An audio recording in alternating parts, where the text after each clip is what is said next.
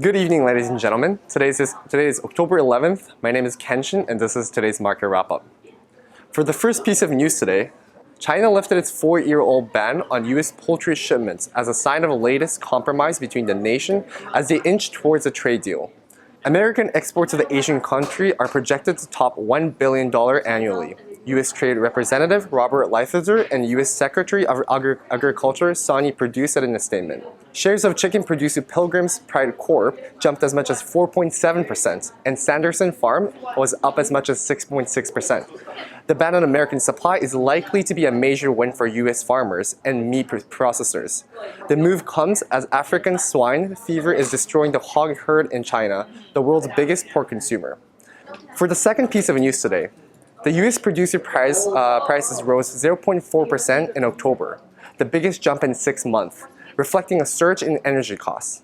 The Labor Department said Thursday that the October increase in its producer price index, which measures price pressures before they reach consumers, followed a 0.3% decrease in September.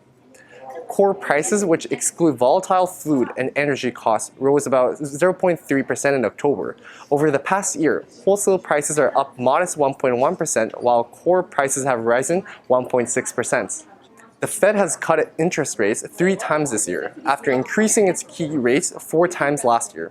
The turnabout was prompted by a slowing global economy and rising uncertainties from the Trump administration's trade war with China.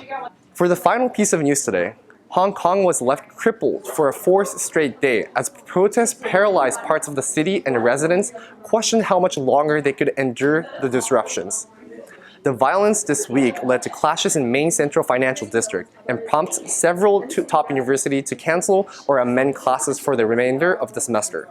There was also a flurry of announcements for closure and cancellation of conferences, concerts, and other events, including a large industry airline conference hosted by Cathay Pacific Airway Ltd. That's likely to further dent the city's all-important tourism and retail sectors, which have already been hit by months of unrest.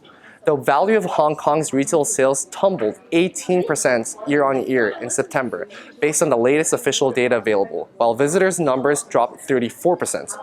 The government is due to release final third quarter economic data Friday afternoon, and a 2.9% contraction is expected.